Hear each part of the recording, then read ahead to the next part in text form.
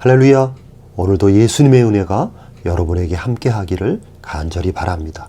오늘 말씀은 요한복음 2장 18절에서 22절입니다.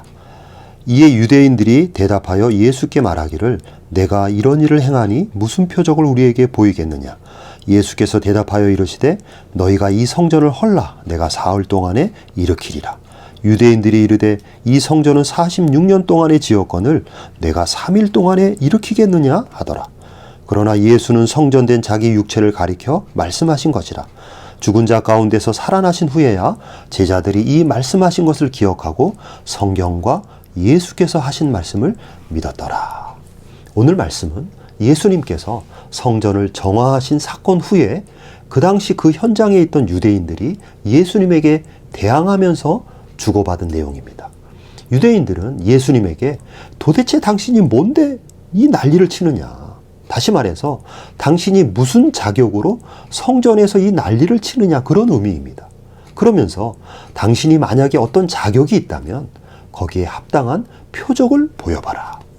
표적을 통해서 당신이 성전에서 장사하는 자들을 내쫓는 그런 행동을 할 수 있는 자인지 한번 증명해봐라. 그런 말을 하는 것입니다. 그러자 예수님은 전혀 예상하지 못한 답변을 하셨습니다. 19절에 보면 너희가 이 성전을 헐라. 내가 사흘 동안에 일으키리라. 표적을 요구하는 유대인들에게 예수님은 지금 너희들 눈앞에 있는 이 성전을 헐면 내가 그것을 3일 만에 다시 세우겠다는 것입니다.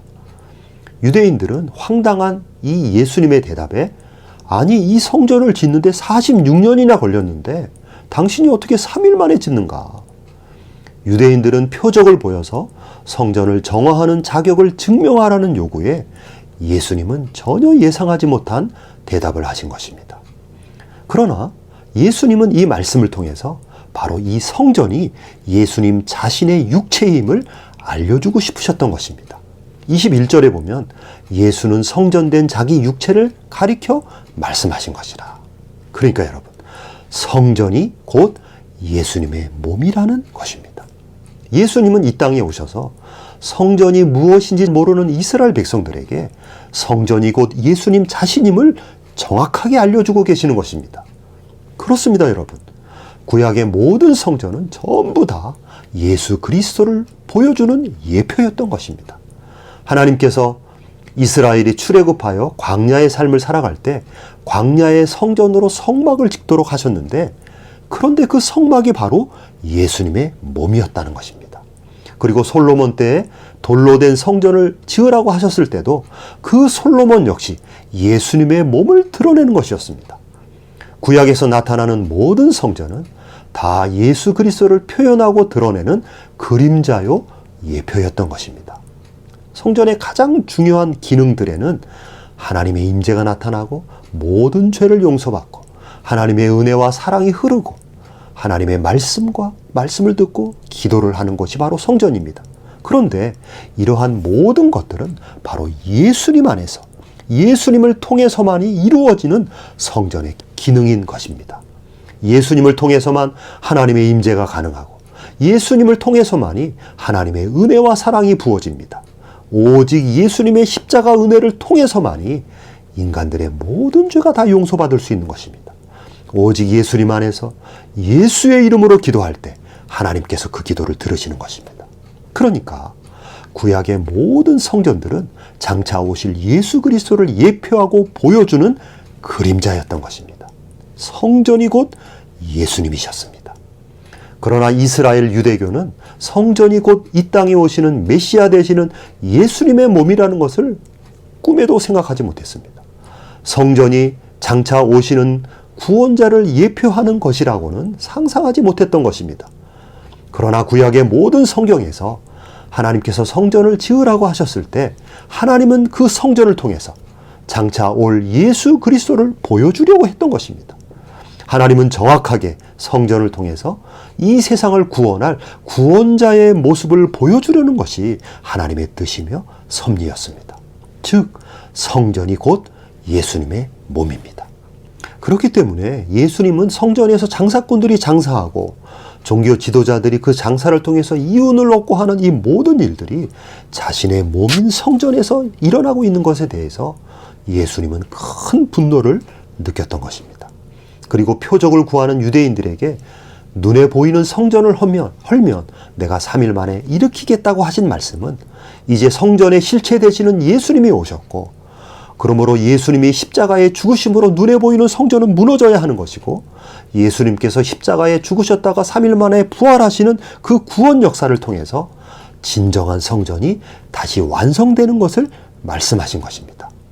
이제 눈에 보이는 성전은 무너지고 사라져야 합니다. 성전의 실체가 오셨기 때문에 예수님의 그림자 역할을 했던 눈에 보이는 성전은 사라져야 하는 것입니다. 더욱이 눈에 보이는 성전에서 온갖 악행과 세속적인 일들이 일어나므로 더더욱 눈에 보이는 성전은 무너져야 하는 것입니다. 결국 하나님은 AD 70년 로마의 티토 장군을 통해서 헤롯이 지은 성전을 철저히 파괴시켰습니다. 그리고 다시는 그 예루살렘 그 성전 위에 성전이 들어서지 못하도록 하나님께서 그 성전 자리에 지금의 이슬람의 모스크가 세워지도록 역사하신 것입니다. 그래서 다시는 절대로 예루살렘 성전이 있던 그 자리에 성전이, 눈에 보이는 성전이 세워지지 못하도록 역사하셨습니다. 여러분, 이제 성전은 예수님의 몸이 되었습니다. 그리고 예수님의 몸은 곧 교회 공동체를 의미합니다. 오늘날의 교회 공동체가 곧 예수님의 몸을 이루는 성전인 것입니다. 성전의 개념이 신약 시대에 와서 완전히 바뀐 것입니다. 눈에 보이는 건물이 성전이 아니라 성전은 바로 예수님의 몸이 성전이 된 것입니다. 그리고 예수님의 몸은 성도들이 모인 교회 공동체입니다.